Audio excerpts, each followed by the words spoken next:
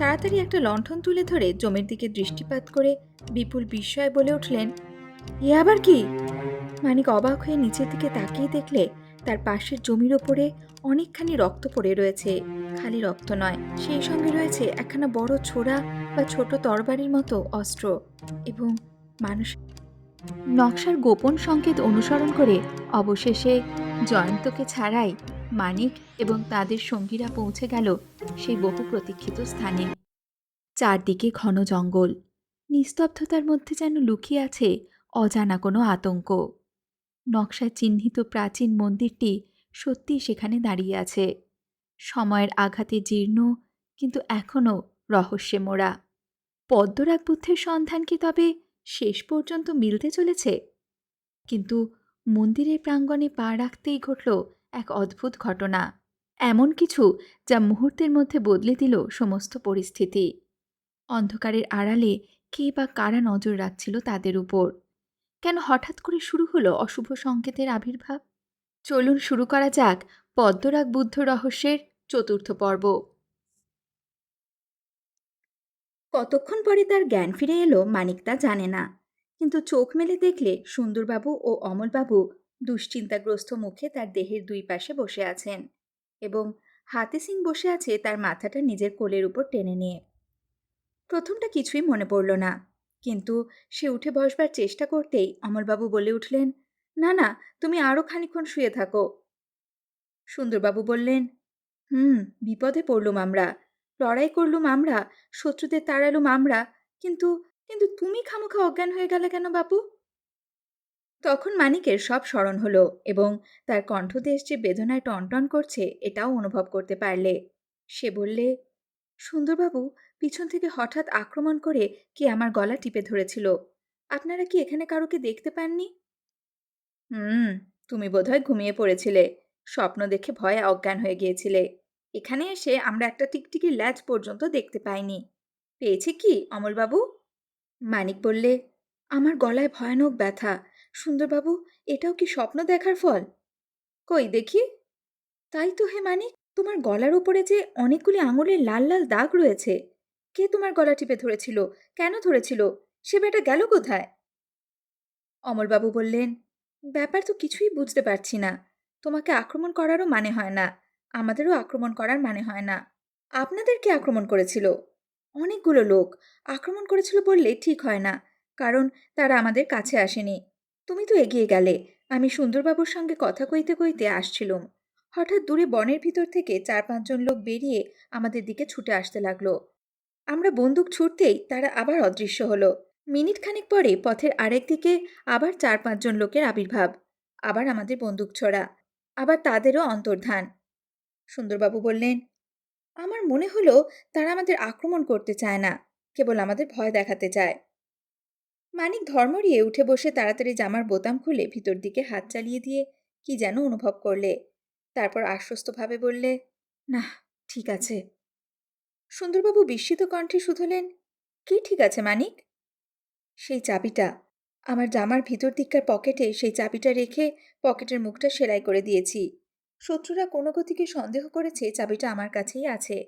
এটা হাতাবার জন্যেই তারা আমাকে একলা পেয়ে মারবার আর আপনাদের ভয় দেখাবার চেষ্টা করেছিল। অমলবাবু বললেন, তার মানে? মানে খুব সহজ। আমি বোকার মতো এগিয়ে আপনাদের চোখের আড়ালে এসে পড়েছিলুম। তখন 1 কি 2 জন শত্রু অতর্কিতে আমাকে আক্রমণ করতে আসে। সেই সময়টায় আপনাদের অন্যমনস্ক রাখার জন্যে বাকি শত্রুরা আপনাদের সঙ্গে লুকোচুরি খেলা খেলছিল। সুন্দরবাবু বললেন, মানিক, তোমার কথাই ঠিক বলে মনে হচ্ছে, কিন্তু তোমাকে গলা টিপে অজ্ঞান করে ফেলেও তারা ওই চাবিটা নিয়ে গেল না কেন? এর একমাত্র কারণ হতে পারে, হয়তো চাবিটা খুঁজতে তাদের দেরি হয়েছিল, আপনারা এসে পড়াতে তারা পালিয়ে যায়। খুব সম্ভব তাই। এমন সময় হাতে সিং জমির ওপর থেকে কি একটা ছোট চকচকে জিনিস তুলে নিয়ে মানিককে বললে, বাবুজি, আপনি উঠে বসতেই এটা আপনার বুক থেকে মাটির উপর পড়ে গেল। সেই জিনিসটার দিকে তাকিয়ে সকলের দৃষ্টি যেন মন্ত্রমুগ্ধের মতন হয়ে গেল। সেটা আর কিছু নয়, সেই নকশা আঁকা সোনার চাকতি। কি অদ্ভুত রহস্য! চাকতি ছিল আগে হতভাগ্য জয়ন্তের কাছে, তারপর তাকে হত্যা করে শত্রুরা নিশ্চয়ই এই চাকতিখানাকে হস্তগত করেছিল। কিন্তু যে অমূল্য নিধির জন্যে এত খোঁজাখুঁজি, এত হানাহানি, এমন অরক্ষিত অবস্থায় সেই জিনিসটাই মানিকের বুকের উপর অযাচিতভাবে এসে পড়ল কেমন করে? তাড়াতাড়ি চাকতিখানা নিয়ে লণ্ঠনের আলোতে ভালো করে পরীক্ষা করে মানিক হতবুদ্ধির মতো বললে, এই যে সেই চাকতি, তাতে আর কোনোই সন্দেহ নেই। কিন্তু কিন্তু না, আমার মাথা গুলিয়ে যাচ্ছে। সুন্দরবাবু বললেন, হুম, আমিও ভ্যাবাচাকা খেয়ে যাচ্ছি। খানিকক্ষণ সকলেই বিস্ময়ে স্তব্ধ। তারপর অমলবাবু ধীরে ধীরে বললেন, হয়তো মানিককে যে আক্রমণ করেছিল, ধস্তাধস্তির সময় চাকতিখানা তার অজান্তেই পড়ে গিয়েছে। মানিক বললে, আপাতত তাই মনে করা ছাড়া উপায় নেই। কিন্তু এই বড় আশ্চর্য। আচম্বিতে সুন্দরবাবু কি দেখে বেজায় চমকে উঠলেন। তাড়াতাড়ি একটা লণ্ঠন তুলে ধরে জমির দিকে দৃষ্টিপাত করে বিপুল বিস্ময়ে বলে উঠলেন, হুম, এ আবার কি? মানিক অবাক হয়ে নিচের দিকে তাকিয়ে দেখলে তার পাশের জমির ওপরে অনেকখানি রক্ত পড়ে রয়েছে। খালি রক্ত নয়, সেই সঙ্গে রয়েছে একখানা বড় ছোরা বা ছোট তরবারির মতো অস্ত্র এবং মানুষের হাতে সদ্য কাটা আঙুল। অমলবাবু এরকম ভয়াবহ দৃশ্য দেখতে অভ্যস্ত ছিলেন না। তিনি শিউরে উঠে দুহাতে মুখ ঢেকে ফেললেন। সুন্দরবাবু মানিকের দুই হাতের উপর চোখ বুলিয়ে নিয়ে বললেন, মানিক, তোমার হাতের একটা আঙুলও তো হারিয়ে যায়নি দেখছি। তবে এ বেওয়ারিশ আঙুলের অর্থ কি? মানিক তীক্ষ্ণ দৃষ্টিতে খানিকক্ষণ ধরে আঙুলটা দেখে বললে, আঙুলটা কিরকম লম্বা আর মোটা দেখেছেন তো? এই আঙুল যারই হোক, তাকে খুব ঢ্যাঙা আর বলিষ্ঠ বলেই মনে হয়। অমলবাবু সচকিত কণ্ঠে বললেন, শত্রুদের দলে চ্যান আছে কিনা জানি না, কিন্তু খুব ঢ্যাঙা আর বলিষ্ঠ লোক বললেই চ্যানকেই আমার মনে পড়ে। সুন্দরবাবু বললেন, ধরে নেওয়া যাক চ্যান সকলেরই চোখে ধুলো দিয়ে কোনো রকমে এক জাহাজে আমাদের সঙ্গে এসেছে। ধরে নেওয়া যাক চ্যানই গলা টিপে মানিককে অকালে স্বর্গে পাঠাবার চেষ্টা করেছিল। কিন্তু চ্যানির আঙুল বলি দিলে কে? মানিক, অজ্ঞান হবার আগে তুমি কি লড়াই করেছিলে? মানিক বললে, লড়াই করব কি? কে আমাকে আক্রমণ করেছিল তাও দেখতে পাইনি। আর দেখছেন না, ছোড়াখানাও রক্তমাখা। নিশ্চয়ই ওই ছোড়াতেই আঙুলটার উচ্ছেদ হয়েছে। ওরকম দুধারে ধার দেওয়া ছোড়া কখনো আমার কাছে ছিল না। ও ছোড়া কার? ওর মালিক ওখানে ফেলে রেখে গিয়েছে কেন? আমাকে বাঁচাবার জন্যে সে যদি আমার শত্রুকে ছোড়া নিয়ে আক্রমণ করে থাকে, তাকে তো আমরা বন্ধু বলে পরম সমাদর করতুম। আর এই অজানা মূল্যকে বন্ধুই বা পাবো কোত্থেকে? বন্ধু তো আকাশ থেকে খসে পড়েনি। অমলবাবু বললেন, এক হতে পারে পদ্মরাগ বুদ্ধের লোভে ওই সোনার চাকতিখানার জন্যে শত্রুরা নিজেদের মধ্যে মারামারি কাটাকাটি করেছিল। সুন্দরবাবু ঘাড় নেড়ে বললেন, ওসব বাজে কথা। শত্রুরা নিজেদের মধ্যে কাটাকাটি করতে পারে, কিন্তু মানিককে বাঁচাবার জন্যে তাদের কারোরই মাথা ব্যথা হতে পারে না। হুম, এসব হচ্ছে ডাহা ভুতুড়ে কাণ্ড। এই জায়গাটা হচ্ছে 1000 বছরের পুরনো একটা মরা জাতের গোরস্থানের মতো। এখানকার আনাচে কানাচে ভূতের আড্ডা আছে। মানিক বিষণ্ণ কণ্ঠে বললে, এই যদি ভুতুড়ে কাণ্ড হয়, আমি তাহলে বলবো জয়ন্তের প্রেতাত্মাই আমাকে আজ বাঁচিয়েছে আর নিজের মৃত্যুর প্রতিশোধ নিয়েছে। সুন্দরবাবু তখনই টপ করে উঠে দাঁড়িয়ে বললেন, আর এখানে থাকা উচিত নয়। আমি অবশ্য জয়ন্তকে অত্যন্ত ভালোবাসি, কিন্তু তার প্রেতাত্মাকে ভালোবাসবার ইচ্ছে আমার নেই। আমার বাবা মা স্বর্গে গিয়েছেন, কিন্তু তাদের প্রেতাত্মা এলেও আমি আর দেখা করব না। ওঠো মানিক, উঠুন অমলবাবু। মানিক গাত্রোত্থান করে বললে, হ্যাঁ, এখানে আর দেরি করে লাভ নেই। এই গভীর রহস্যের কিনারা না করেই আমাদের তাড়াতাড়ি যাত্রা করতে হবে। সুন্দরবাবু বললেন, খালি ভূত নয়, এখানে চারিদিকে শত্রুরা লুকিয়ে আছে। তারা আমাদের সমস্ত গতিবিধি লক্ষ্য করছে। তারা যে সাহস করে আমাদের আক্রমণ করতে পারছে না, তার কারণ হচ্ছে আমরা সবাই সতর্ক আর আমাদের হাতে আছে 4-4টে বন্দুক। আর গেল এই হাতি সিং, তোমার নাম গাধা সিং হওয়া উচিত। তোমার বন্দুকের মুখ নল আমার ভুঁড়ির দিকে নামিয়ে রেখেছো কেন? যদি ফস করে আওয়াজ হয়ে যায়, অমন করে বন্দুক ধরতে নেই, ওটা কাঁধে তোলো। আলো ছায়ায় মাঠে জঙ্গলে পথে বিপথে আবার সবাই এগিয়ে চলল। রাত পোহালো। উষার সিঁথিতে দিবসবধূ সিঁদুর লেখা লিখলে। মাঠঘাটের উপর দিয়ে তপ্ত দুপুরে হাওয়া তেষ্টায় হা হা করে গহন বনের ঠান্ডা বুকের ভিতরে গিয়ে নিঃসারে ঘুমিয়ে পড়ল। সন্ধ্যার মেঘমন্দিরে সূর্যচিতায় রক্তশিখা জ্বলে উঠল। রাত্রি আবার তার অন্ধ কুঠুরির দরজা খুলে ছায়া অনুচরদের পৃথিবী ভ্রমণে পাঠিয়ে দিলে। মাঝে মাঝে দেখা দেয় মাটির উপর চিরচলন্ত বৃহৎ জলসর্পের মতো নদী। তখন ওঠে নদী পার হবার সমস্যা। মাঝে মাঝে বিপুল অরণ্য বহু বিস্তার করে পথ রুদ্ধ করে দাঁড়ায়। তখন কুঠার নিয়ে বনের সঙ্গে যুদ্ধ করতে হয়। মাঝে মাঝে গিবন বানরের দল গাছের নিচের ডাল থেকে মগডালে লাফ মেরে কিচিরমিচির ভাষায় কি বলে ওঠে, এবং কৌতূহলী চোখে নিচের দিকে তাকিয়ে এই নির্জন বনরাজ্যে প্রথম মানুষদের দেখে। আর বোধ করি আশ্চর্য হয়ে ভাবে, এরা আবার কোন দেশি বানর? এদের ল্যাজ নেই, গায়ে লোম নেই, এরা গায়ে জড়িয়ে থাকে কি কতগুলো সাদা সাদা জিনিস, দু পা দিয়ে হাঁটে, এরা আবার কোন দেশি বানর? মাঝে মাঝে বাঁশবন দুলে দুলে ওঠে, মড়মড় করে শব্দ হয়। বোঝা যায় হাতির দল ওখানে জীবনযাত্রা নির্বাহ করছে। মাঝে মাঝে ধারাবাহিক ঝোপঝাড়ের ওপর দিয়ে তীব্র একটা গতির রেখা সশব্দে চলে যায়। একটা চাপা গর্জনও শোনা যায়। বনের মধ্যে অশান্তিকর অনাহত অতিথি দেখে বাঘ বা অন্য হিংস্র জন্তু দূরে সরে গেল। মাঝে মাঝে মানুষের ঘৃণ্য পায়ের শব্দে ঘাসের ভিতরে গোখ্র সাপের ঘুম ভেঙে যায়, ফোঁস করে ফনা তোলে। তীক্ষ্ণ চোখে জ্বলন্ত হিংস্রা স্ফুলিঙ্গ ঠিকরে পড়ে এবং পর মুহূর্তেই বিদ্যুতের মতো অদৃশ্য হয়। এবং সর্বক্ষণ সারা বনে জেগে থাকে যাদের দেখা যায় না, বোঝা যায় না, তাদের অশ্রান্ত অস্তিত্বের ধ্বনি। কে যেন নিরালায় কানাকানি করছে, কে যেন আড়াল থেকে উঁকি মেরে দেখে ফিস ফিস করে কথা বলছে, কে যেন শুকনো পাতা মারিয়ে অতি সন্তর্পণে পিছনে আসছে, আবার থেমে পড়ছে, আসছে, আবার থেমে পড়ছে। গভীর দূরবিস্তৃত নানা শব্দময় প্রত্যেক অরণ্য মানুষের পক্ষে ভয়াবহ। কোনো অরণ্যই আধুনিক নগরবাসী মানুষকে সাদর সম্ভাষণ জানায় না। বনবাসী কোনো জীবই মানুষকে বন্ধু বলে মনে করে না। কল্পনার নির্জনতাকে মিষ্টি লাগে, কিন্তু অরণ্যের এই সশব্দ নির্জনতা মনকে দেয় দমিয়ে। পদে পদে বিপদের সম্ভাবনায় মানুষ চমকে ওঠে। বোধহয় প্রত্যেক শব্দই আসছে লুকানো মৃত্যুর কণ্ঠ থেকে। সমস্ত অরণ্যকে বিরাট একটা প্রেতাত্মা বলে সন্দেহ হয়। সূর্যালোক তাকে কতকটা বন্ধুর ছদ্মবেশ পড়াতে চেষ্টা করে বটে, কিন্তু রাত্রির ঘোর অন্ধকারে মানুষের মন সেখানে ভয়ে কুঁকড়ে পড়ে, এবং অস্পষ্ট চন্দ্রলোকে অরণ্যের মতো ভয়ঙ্কর তখন আর কিছুই নেই। কারণ কেবল কানে তখন সন্দেহজনক শব্দ শোনা যায় না, চোখও তখন সভয়ে দেখে কাছে দূরে শত শত বিভীষিকাময় আনাগোনা। বিজন অরণ্যে চন্দ্রালোকের চেয়ে অন্ধকার সহনীয়। আরেকটা দুঃস্বপ্নময় রাত্রির পরে এলো স্নিগ্ধ শান্ত প্রভাত। অমলবাবু বললেন, আমরা খুব তাড়াতাড়ি চলছি, আজ সন্ধ্যার আগেই ভাঙা মন্দিরের কাছে পৌঁছতে পারবো। সুন্দরবাবু বললেন, কিন্তু শত্রুদের আর কোনো সাড়া শব্দ নেই। মানিক বললে, কিন্তু তারা যে আমাদের সঙ্গে সঙ্গে আছে এটা সর্বদাই মনে রাখবেন। আমরা সশস্ত্র আর সাবধান বলেই তারা এখনো সামনে আসছে না। কাল রাত্রি আমি তাঁবুর বাইরে পায়ের শব্দ শুনেছি, কে যেন পায়চারি করে বেড়াচ্ছিল। বাইরে বেরিয়ে তাকে ধরতে পারলুম না বটে, কিন্তু বেশ দেখলুম একটা ছায়া ছুটে জঙ্গলের ভিতরে মিলিয়ে গেল। সুন্দরবাবু বললেন, কি আশ্চর্য, তুমি আমাদের ডাকলে না কেন? এক ব্যাটার আঙুল কাটা গেছে, এ ব্যাটাকে ধরতে পারলে আমি আর নাকটা কচ করে কেটে দিতুম। মানিক বললে, তার নাক নিয়ে আপনি কি করতেন সুন্দরবাবু? যদিও আপনার নাকটি খেঁদা, তবু তার নাক টিকালো হলেও আপনার অভাব তো দূর হতো না। সুন্দরবাবু খাপ্পা হয়ে বললেন, এরকম ঠাট্টা আমি পছন্দ করি না। আমার নাক খেঁদা? কে বললে তোমাকে? আমার নাক খেঁদা নয়। সকলে জঙ্গল থেকে বেরিয়ে একটা মাইলখানেক চওড়া মাঠের উপর এসে পড়ল।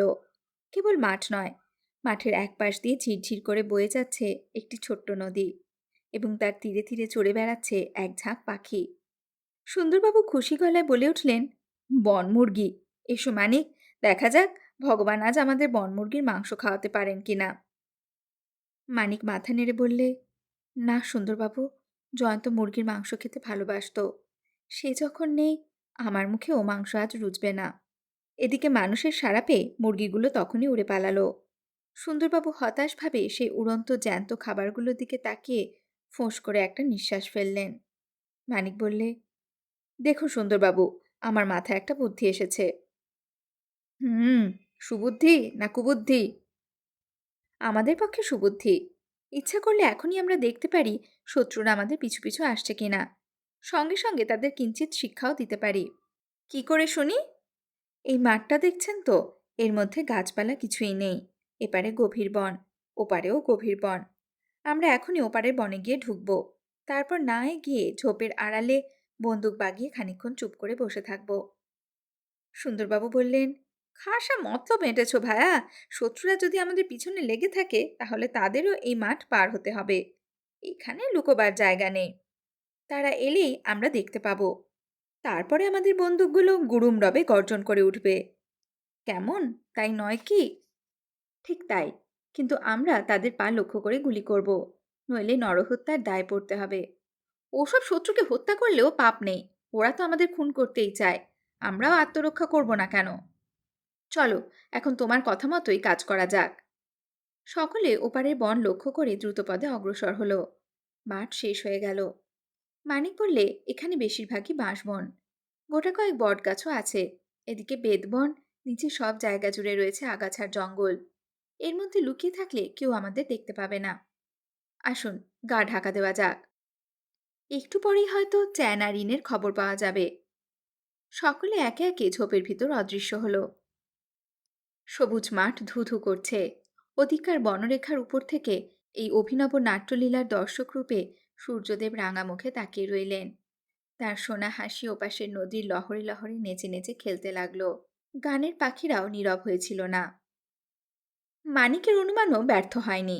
তার ফোন দিয়েও ব্যর্থ হলো না। মিনিট পাঁচেক পরেই দেখা গেল ওধারে বনের ভিতর থেকে কারা যেন বেরিয়ে আসছে। দূর হতে তাদের দেখা যাচ্ছে খুব ছোট ছোট। সুন্দরবাবু দূরবীনটা তাড়াতাড়ি চোখে লাগিয়ে সোৎসাহে বললেন, ১, ২, ৩, ৪, ৫, ৬, ৭, ৮, ৯, ১০। ব্যাটাদের দলে ১০ জন লোক আছে। ওরা হন হন করে এই দিকেই আসছে। বাবা, ঘুঘুই দেখেছো, ফাঁদ তো দেখনি।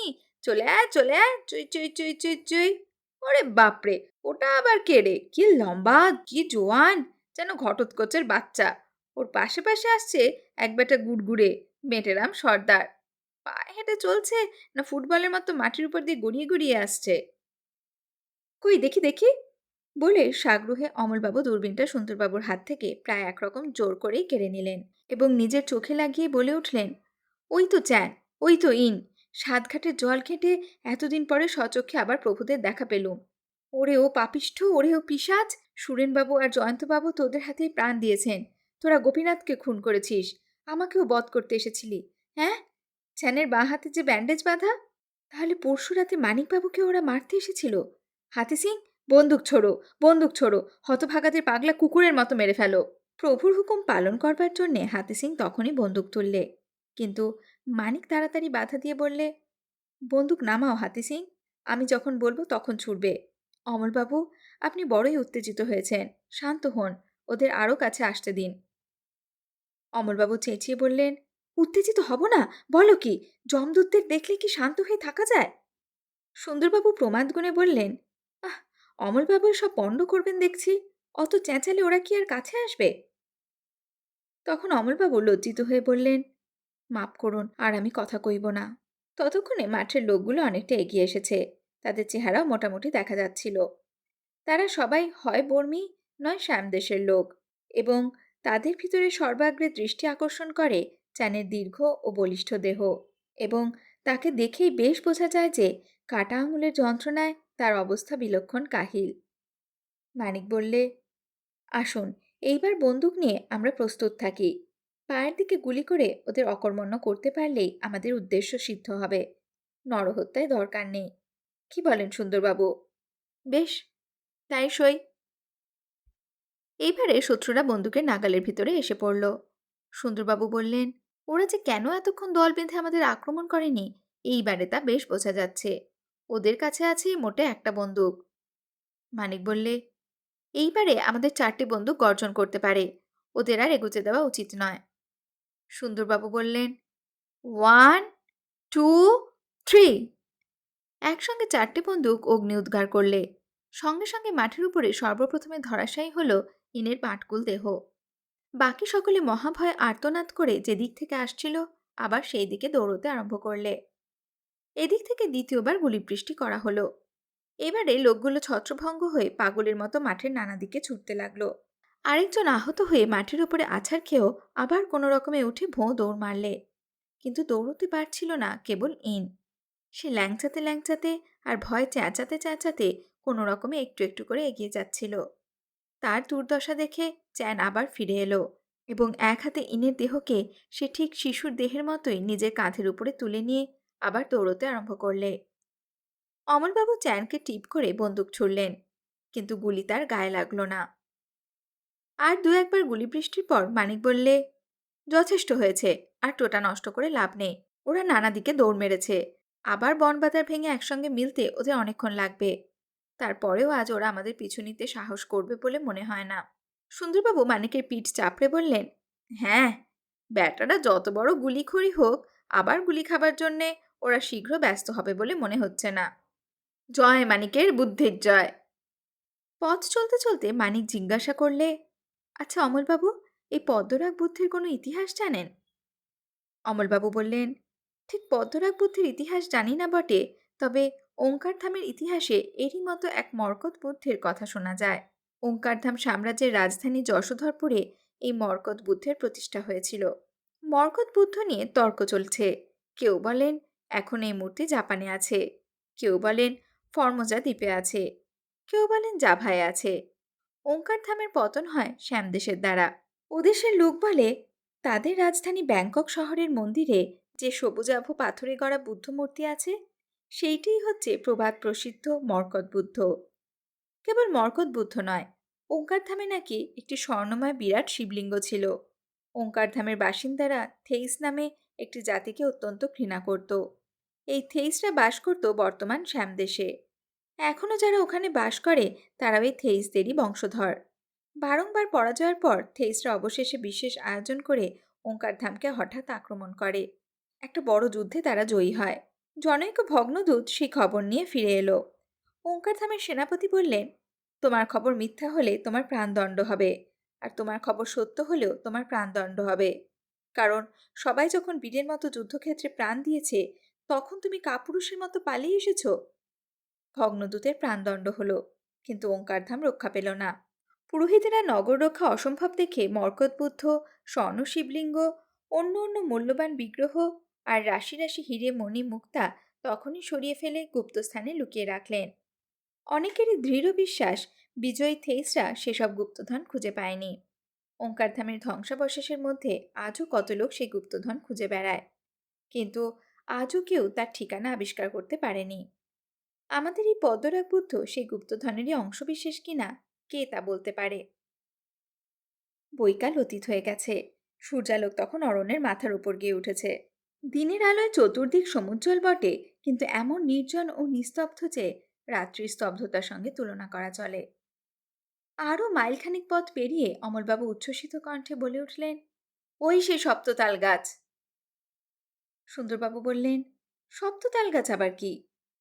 ওই হচ্ছে আমাদের পথের শেষ নিশানা। পাশাপাশি ওই যে 7টা তাল গাছ দেখছেন, ওর পরেই সে ভাঙা মন্দিরের প্রকাণ্ড বাঁধানো চত্বর, অর্থাৎ আমাদের পথের শেষ। কিন্তু পথের শেষে এসে মানিকের মনে জয়ন্তের শোক আরও বেশি করে জেগে উঠল। জয়ন্তের জন্যে এদেশে আসা, পদ্মরাগ বুদ্ধের জন্যে তার আগ্রহ ছিল অফুরন্ত। জয়ন্ত নেই, তবু যে সে এখানে এসেছে এ কেবল বন্ধুর ব্রত উদযাপন করার জন্যে। সে মনে মনে প্রতিজ্ঞা করলে যদি তাদের চেষ্টা সফল হয় তবে অমলবাবুর হাতে পদ্মরাগ বুদ্ধকে সমর্পণ করে সে সর্বাগ্রে চ্যান আর ইনকে গ্রেপ্তার করবে। যতদিন এই প্রতিজ্ঞা পালন করতে পারবে না, ততদিন সে স্বদেশ ফেরবার কথা মনেও আনবে না। তারা সপ্ততালের তলায় এসে দাঁড়ালো। তারপর একটা বাঁশবনের প্রাচীর পার হয়েই সকলে সবিস্ময়ে দেখলে তাদের চোখের সামনেই রয়েছে চারিদিকে প্রায় 2 মাইল বিস্তৃত একটা মাঠ। সেই মাঠের মাঝখানে পাথরে বাঁধানো একটা প্রকাণ্ড চত্বর, এবং চত্বরের মাঝখানে একটি পুষ্করিণী।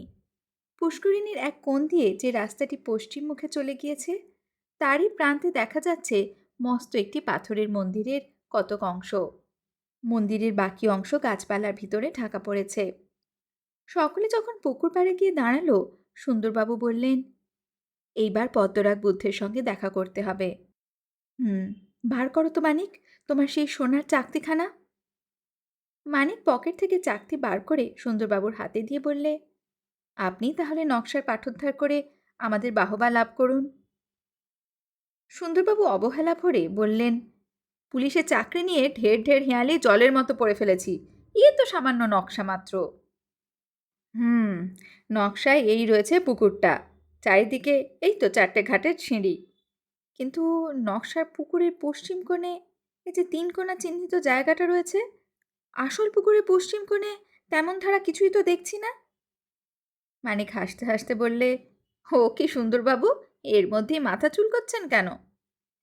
মাথা চুলকোচ্ছে কি সাধে? এ নকশাখানা কেউ ঠাট্টা করে আঁকেনি তো? বোধ হয় না। আচ্ছা, দিনের আলো থাকতে থাকতে আগে মন্দিরের ভিতর চলুন, সেখানে গেলে হয়তো কোনো হদিশ পাওয়া যাবে। ঠিক বলেছ, তাই চলো। দিনের আলো তখন নিবু নিবু হবার সময় এসেছে। পাখিরা বিদায়ী গান গাইতে গাইতে বাসার দিকে ফিরতে শুরু করেছে। সূর্যের কিরণ আর দেখা যাচ্ছে না, যদিও অন্ধকারের ঘুম এখনো ভাঙেনি। মাঝখানে প্রকাণ্ড এক মন্দির, তার ওপর দিকটা ভেঙে পড়েছে। দেখলেই বোঝা যায় সম্পূর্ণ অবস্থায় এই মন্দিরটা অন্তত 100 ফুটের কম উঁচু ছিল না। মন্দিরের আগাগোড়া কারুকার্যে আর ছোট বড় মূর্তিতে ভরা, কিন্তু তার অধিকাংশই ভেঙে বা লুপ্ত হয়ে গিয়েছে মহাকালের নির্দয়তায়। বড় মন্দিরের চারপাশে যে 4টে ছোট মন্দির ছিল, এখন তাদের সামান্য চিহ্নমাত্র অবশিষ্ট আছে। এখানে যেদিকেই তাকানো যায় কেবলই ধ্বংসের লীলা স্তম্ভিত হয়ে আছে মৃত্যুস্তব্ধতার কোলে। মন নেতিয়ে পড়ে, প্রাণ হাহা করে, চোখে বিষণ্ণতা জাগে। সকলে ধীরে ধীরে মন্দিরের ভিতর প্রবেশ করল। মন্দিরের ভিতরে তখন আলো আঁধারের খেলা আরম্ভ হয়েছে। সহজে দূরের জিনিস স্পষ্ট চোখে পড়ে না। চূড়া ভেঙে পড়েছে বলে উপর পানে তাকিয়ে দেখা গেল পশ্চিমের আরক্ত রাগে রঞ্জিত নীলাকাশকে। মন্দির গর্ভ খুব প্রশস্ত, তার মধ্যে বড় বড় অনেকগুলো হলঘরের ঠাঁই হতে পারে। ভিতরের চারিকোণে 4টি মানুষের চেয়েও ডবল বড় অবলোকিতেশ্বর বুদ্ধের দণ্ডায়মান মূর্তি। একটি মূর্তি কতকটা অটুট আছে, বাকি মূর্তি 3টির কারোর দেহের উপরিভাগ নেই, কারোর পদযুগল নেই, কারোর মুন্ডু নেই। দেওয়ালেও খোদিত ভাস্কর্য কাজ আছে, কিন্তু অস্পষ্ট আলোতে ভালো করে দেখা যায় না।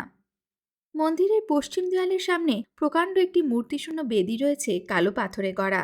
সেই দিকে অঙ্গুলি নির্দেশ করে অমলবাবু বললে, ওরই ওপরে আমরা সেই ছোট্ট বুদ্ধ মূর্তিটি পেয়েছিলুম। মানিক একটু আশ্চর্য হয়ে বললে, অতটুকু একটা মূর্তির জন্যে এত বড় একটা মন্দিরের এত বড় কালো পাথরের বেদি করা হয়েছিল? সে মূর্তি কখনো এমন মন্দিরের প্রধান দেবতা হতে পারে না।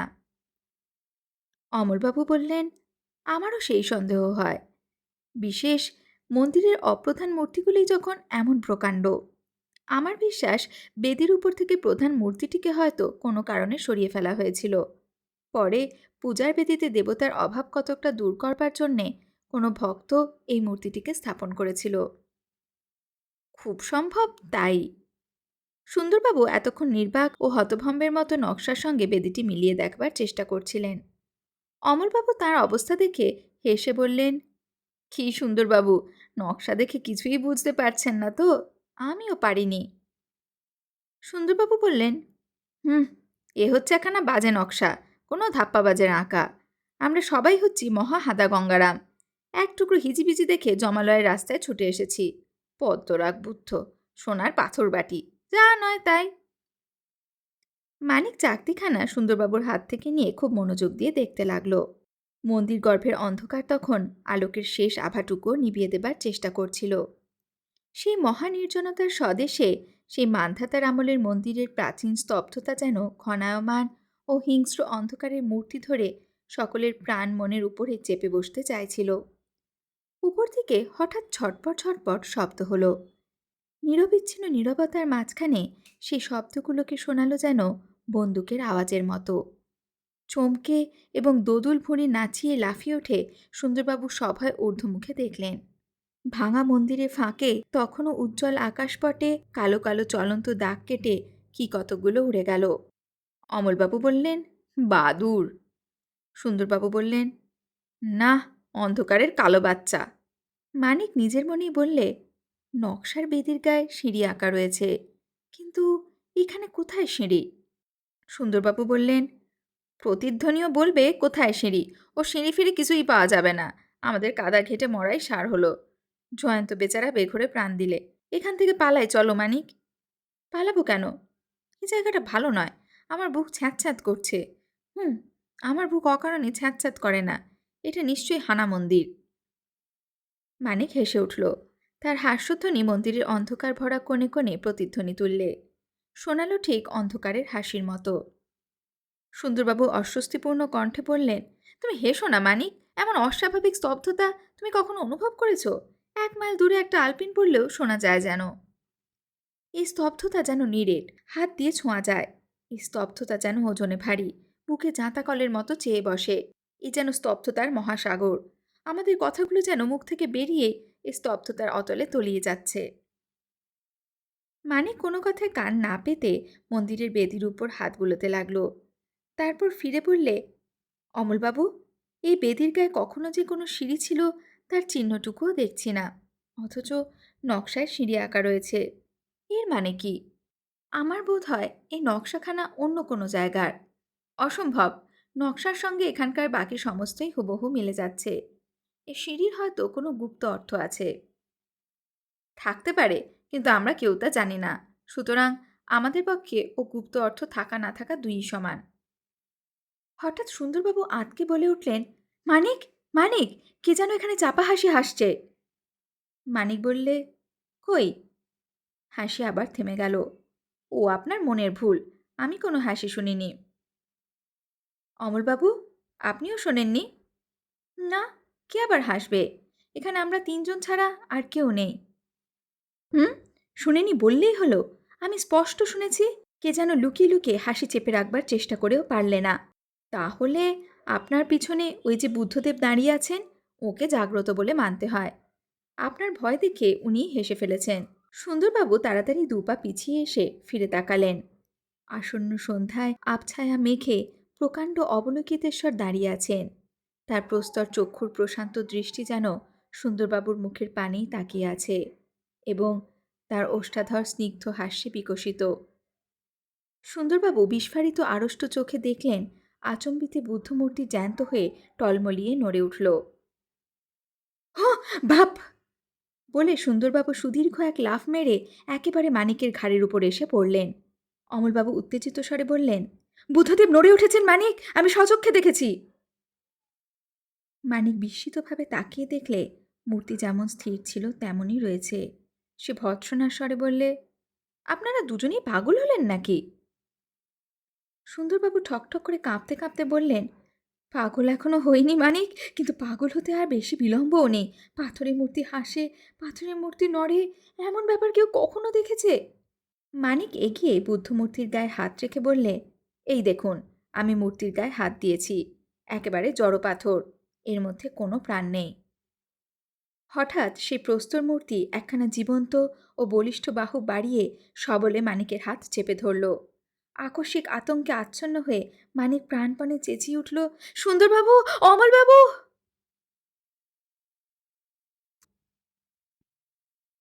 মন্দিরের অন্তরে যে ভয়ঙ্কর রহস্য লুকিয়ে আছে তার কেবলমাত্র এক ঝলকই আজ দেখতে পেল মানিক এবং তার সঙ্গীরা।